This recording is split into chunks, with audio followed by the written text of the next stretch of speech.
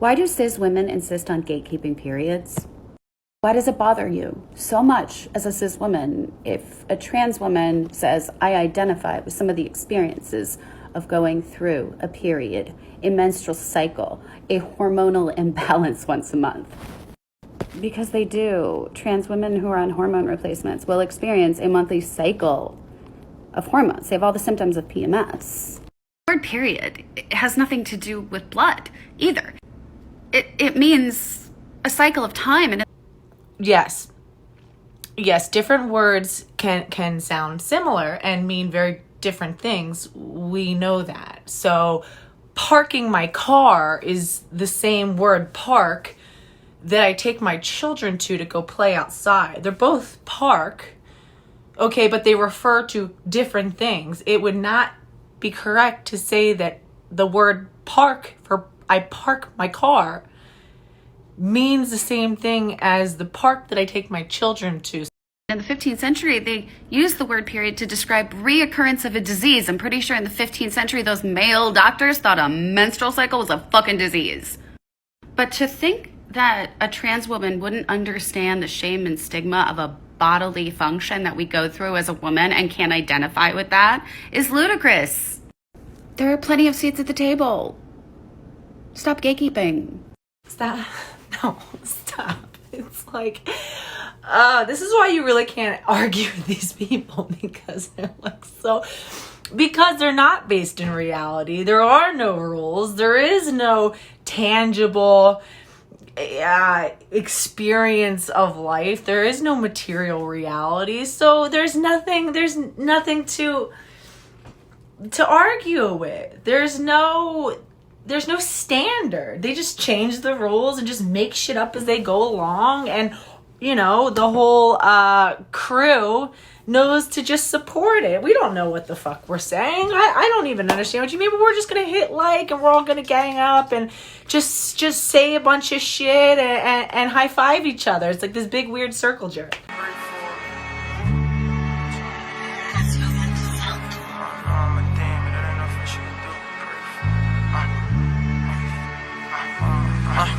My mom know I'm a demon. It ain't nothing she could do but pray for me.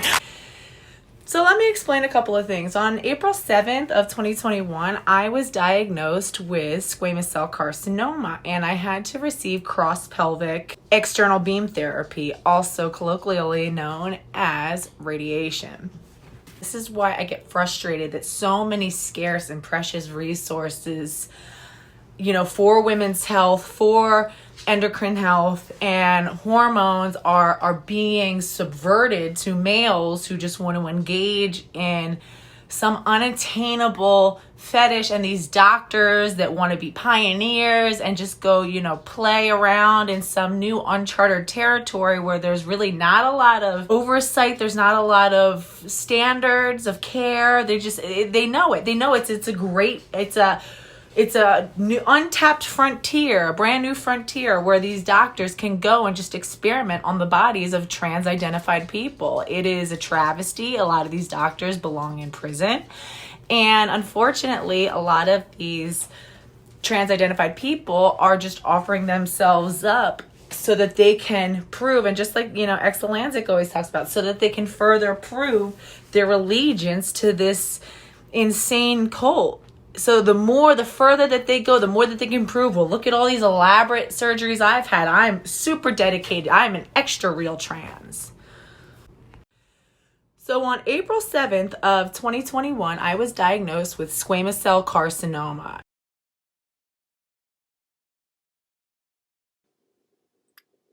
Daryl? I'm listening, babe. I'm waiting. I'm scared. What's the matter? What happened?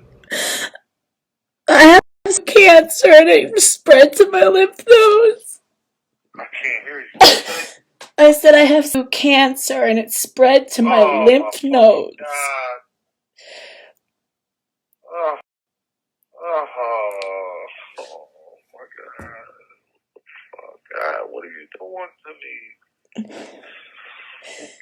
Oh, my God. I'm scared. Oh, my God. Oh, my God. Oh, my God. Oh, my God. Why is this happening to me, yo? Why is this happening to us? Why is this happening to us, yo? What the fuck is going on, yo? I don't know. I need you I'm so bad sorry, right now. Babe, I'm so sorry. I'm so sorry. There's nothing I can do. Like, I'm gonna have to do chemotherapy and stuff. They said I don't want to do it. Stop crying. Don't.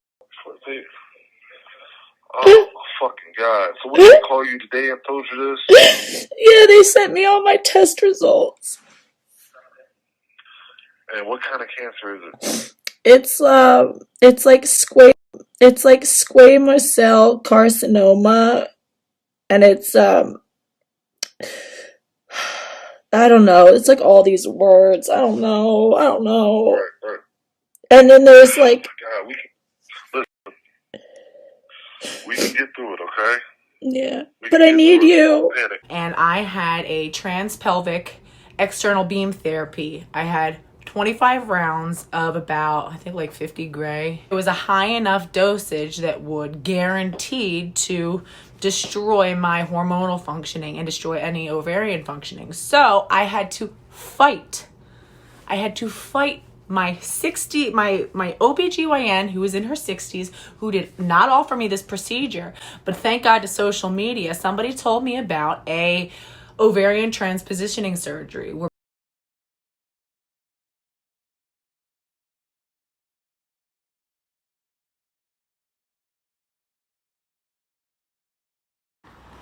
I'm really starting to get a little bit frustrated with the utter lack of coordination of these appointments and my care. There just seems to be zero communication between any of the physicians. I just sat for a fucking hour and 45 minutes waiting to make an appointment that we had already agreed. It was like they wanted to talk to me about if I wanted to do the ovarian transpositioning surgery, which would basically take my ovaries and move them out of the radiation field, so as to, prevent me from going into fucking perimenopause. They're like, and she's like, okay, so that is something you're interested in doing. I'm like, yeah, we discussed this like goddamn fucking almost a month ago, but yes, for like the now 30th time, that is something I'm interested in. She's like, just so that you're aware, it's only about a 50% chance of success that, it'll prevent you from going into menopause. And I was like, okay, well, I like those odds. So, sure. There's also a 50% chance that I had cancer and I fucking ended up having cancer, right? Like, I don't give a fuck if it was a 30% chance. Well, why is all of this shit just so optional? Yeah, are you interested in preserving your vagina? Yeah, no, I'm cool. Like, what the fuck kind of a question is this? Are you interested in trying to prevent yourself from going into menopause? Yeah. There's literally no cons. There's no fucking not a reason to do it. So yeah, at 33 years old, am I trying to go into menopause? No, not really. I think what really upsets me too is just the whole make sure to let them know if you care about preserving your fucking vagina. I'm 33. I'm fucking. And just like me and my friend Cheryl were saying, it's like, hello, I have anal cancer because I was getting fucked in the ass. Yeah, I'm pretty interested. I clearly am sexually active. What in the fucking hell is going on? My OBGYN, who is a woman in her 60s, literally told me, I'm 33, when I asked for this procedure, she said, oh, who cares? Not a big deal. Menopause isn't that bad. And then she's proceeded to tell me, you can get on hormone replacement therapy if you really want it. It'll help with the hot flashes. Okay, the hot flashes, great. The medical establishment doesn't care about female sexuality, point blank, period. There is just nothing quite as amusing than having a male lecture females on what is and is not misogynist.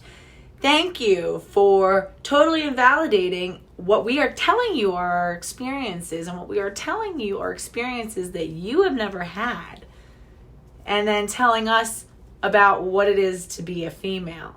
No, stop it, okay? And again, being a female born without a uterus is still a female experience.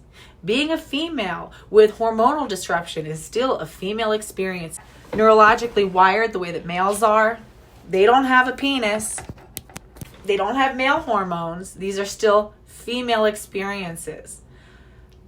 It is so frustrating and so cringe. And so there is nothing more patriarchal than saying that our biology is irrelevant.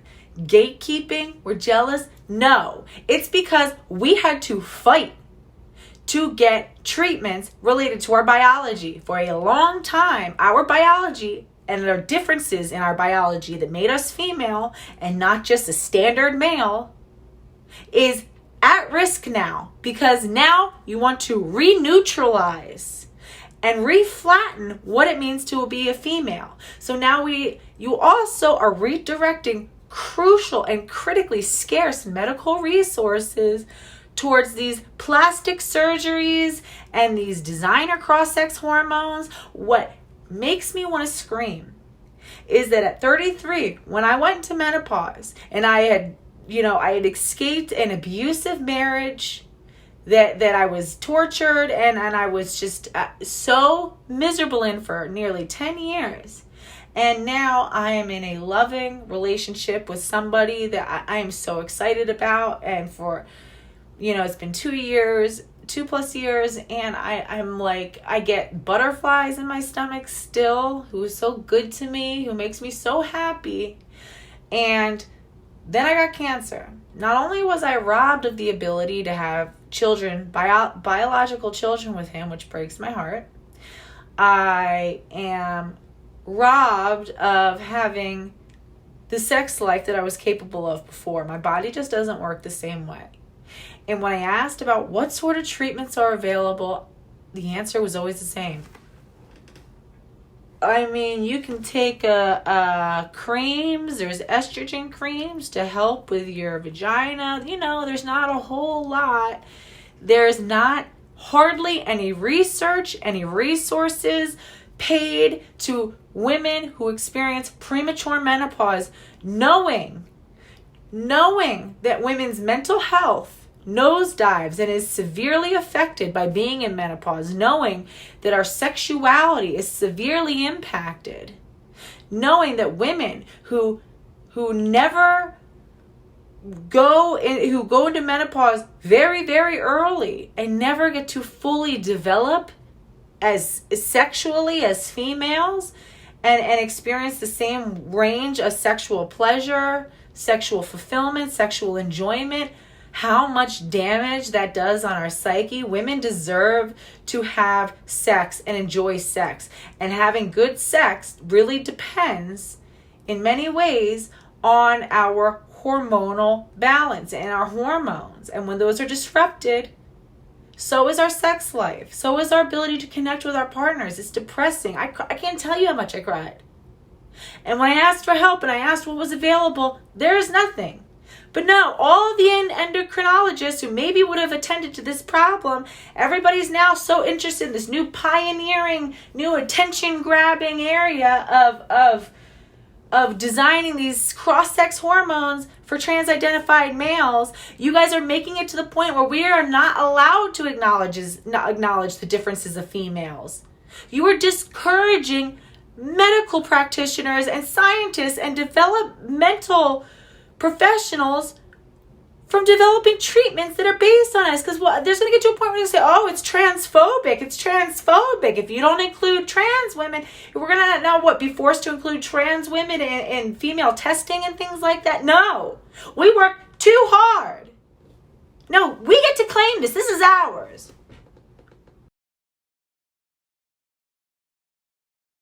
But Brittany, if you're going through cancer and you're trying to send a message about what you're going through, what's the point of posting thirst traps and being hypersexual? Well, young grasshopper, because it seems that the medical community and the rest of the world doesn't seem to think that people who are chronically ill, fuck people. Women who are chronically ill, women who have children, women who are above 45, women who are disabled, women who are teachers, are professionals, who work with children, pretty much, you know, anything that's seen as wholesome or involved with children, or if you're sick, that we aren't sexual, right? Why? Whoa. You know, I had another woman say to me, because when I told, like, when I first learned about like all the damage that would happen to my vagina from doing cancer treatment and all that, I literally had somebody say to me, I was like, no, okay. So when they had first told me, they were like, oh, they'd asked me, and this is the funny part, you don't opt out of vaginal preservation, you must opt into it. So you have to ask for them to build vaginal preservation measures into your treatment plan for cancer. It's not a standard of care. You got to ask for it. And sometimes they don't even ask you.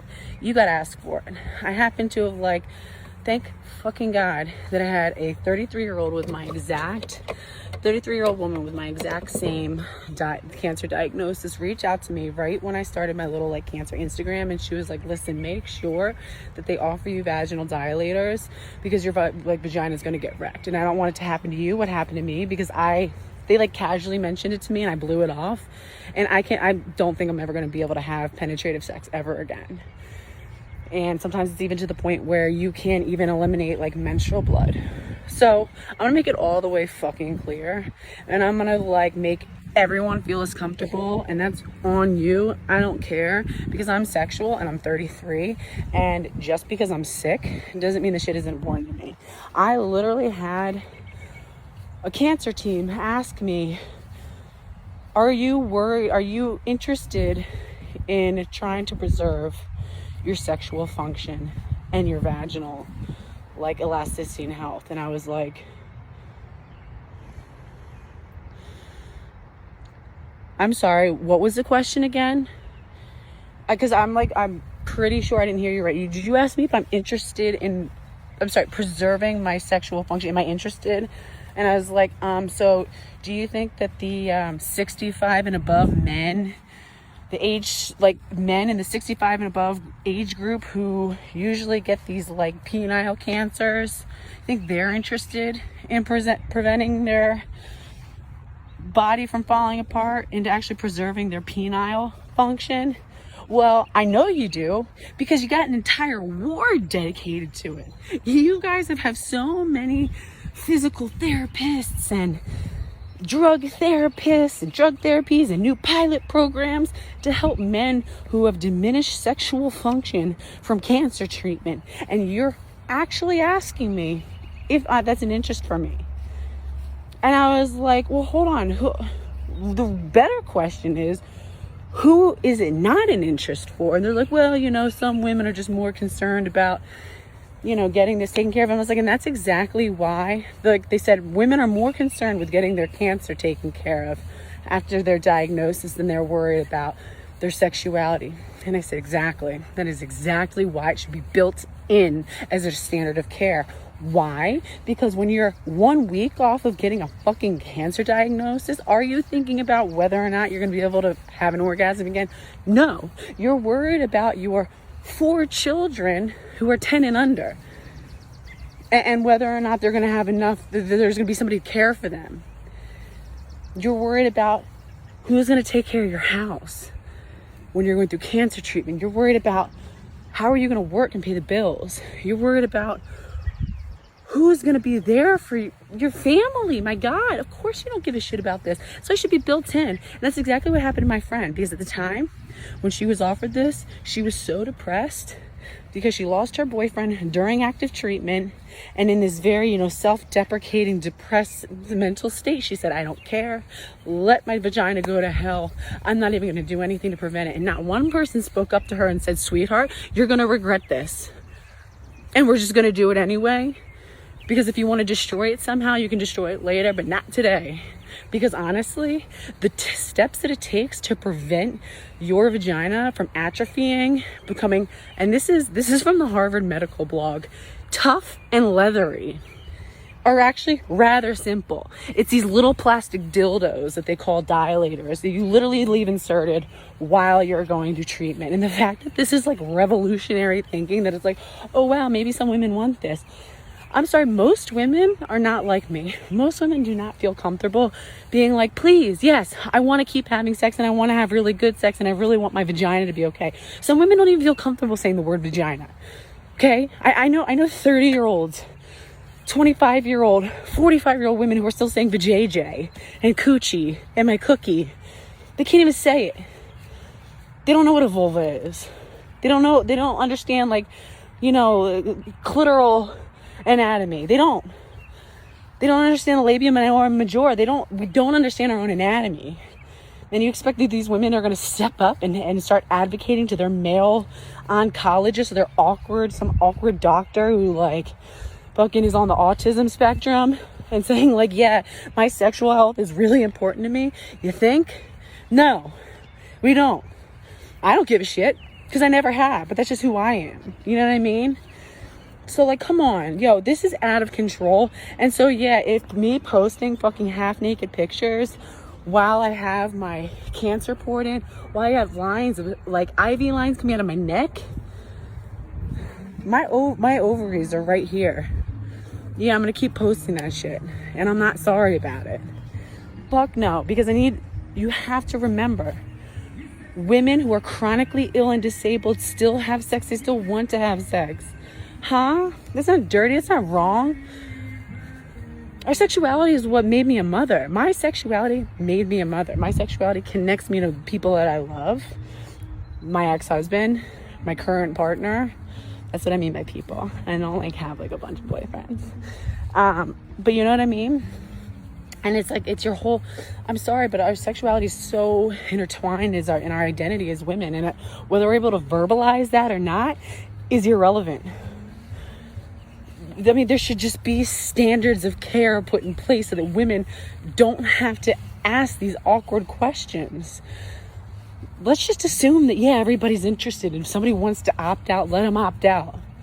But stop fucking making us opt in. Oh my God, I'm gonna make this a video. There is only a sexual rehabilitation center for oncology patients that are male, not for ones that are female. We could not possibly tell women more that we don't believe you're sexual and don't care about your sexuality or sexual functioning. So while doctors now are designing state-of-the-art hormone replacement therapies for cross-sex hormone therapies for trans-identified males, I was told, oh, don't worry about it. It's not that big of a deal if you go into menopause. And there's not a whole lot of studying. They don't care. Okay, so the bottom line, I said no, and I fought, and I had to fought. And finally, they approved me for the surgery. I moved my ovaries out of the field of radiation, and unfortunately, it was not successful. So at age 33, I was thrown into iatrogenic premature menopause, in which my ovaries ceased to function. And I'm now wholly reliant on exogenous estrogen, which means external estrogen.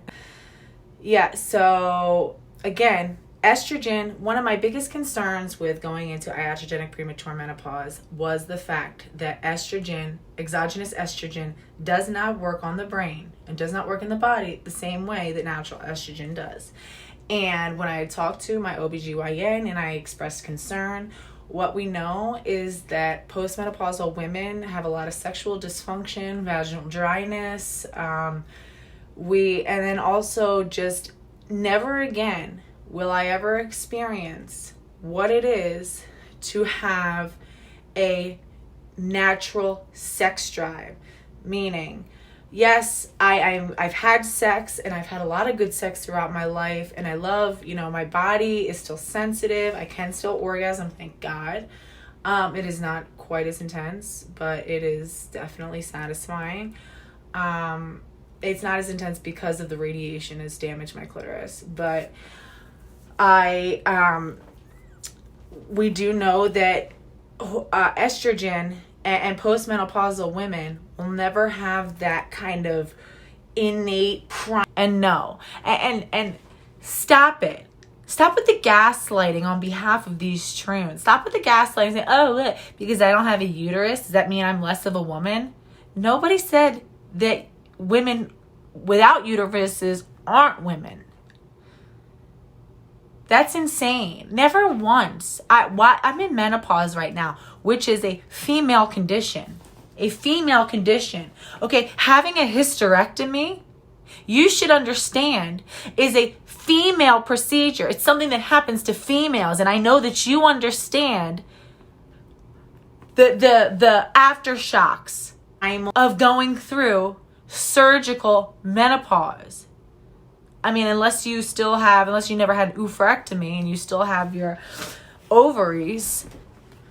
Okay, when women are in labor, and their body naturally releases something called oxytocin, and it's considered the love hormone. When you hug somebody, when you have sex, when you hold your child, when you breastfeed, when you engage with somebody that you really care about and love, your body will release oxytocin. And it just makes you feel warm, it makes you feel love. They say it's the love hormone. It comes from your pineal gland. Okay, so when women are in labor, oxytocin is what causes smooth muscle contractions of the uterus, and it's what causes chilled babies during second stage of labor to be born. It's what contracts the baby down. Okay. When in labor, one intervention that they use in hospitals is intravenous oxytocin. We also use it as in intramuscular injection postpartum to stop a postpartum bleed. It causes the uterus to clamp down. But during labor, when a mom is, I guess, not laboring the way that they want her to, or, sometimes OBGYNs will decide to augment labor by adding a IV drip of oxytocin. The synthetic form is called Pitocin. And even though it is molecularly identical to oxytocin, it has drastically different impacts on the body. So mothers who have oxytocin, because they are so flooded with this synthetic form, this Pitocin, their natural oxytocin is blocked from the body, and it impairs their ability to bond. It impairs their ability to connect with the situation, and it also impairs their ability to deal with the pain. Pitocin is so strong, it causes very unnaturally strong and aggressive contractions of the uterus. And it does not have the same bonding mechanism that oxytocin does. It does not work on the brain the same way that oxytocin does. We don't fully understand why, but all we know is that it is exogenous and it doesn't work. Oxytocin bonds women to their babies. Pitocin blocks that bonding, that neurological bonding. It blocks oxytocin from doing its job. All it does is work on the body in a similar fashion of inducing smooth muscle contractions, but they are very strong. They're not titrated to the labor. It is not an orchestra with the baby who has its own hormonal interplay with the rest of the body that is working together with this hormonal cocktail. Oxytocin is not the only hormone of childbirth. There are many. And when we flood it with Pitocin, Pitocin disrupts the other hormones of labor and childbirth. So even though it is identical in its molecular structure, we know that it works on the body in drastically different ways. And it does not do what oxytocin does. The same way with estrogen. Okay, my biggest concern with being thrown into iatrogenic premature menopause was twofold. One, I was concerned about my osteoporosis. In terms of physically, obviously my bone density, osteoporosis, I was concerned about the risk that I'm now in for premature dementia, which runs in my family, not premature, but dementia does. So I know that being postmenopausal puts me at a risk for that. And the longer that I'm in menopause during my young adult life, the more my risk goes up. Okay, I'm only 33. So I'm going to be in menopause for a long time. So my risk is extremely elevated. The average time of perimenopause beginning is at around 47, and it typically completes at an average of age 52. So I am 20 years premature for when I should have gone into menopause, and I'm abruptly in menopause. Menopause, when naturally occurring, typically happens on more of a slope. And we'll get into on another time why it is so dangerous and so mutilating to disrupt the natural hormones of trans-identified females, of trans men.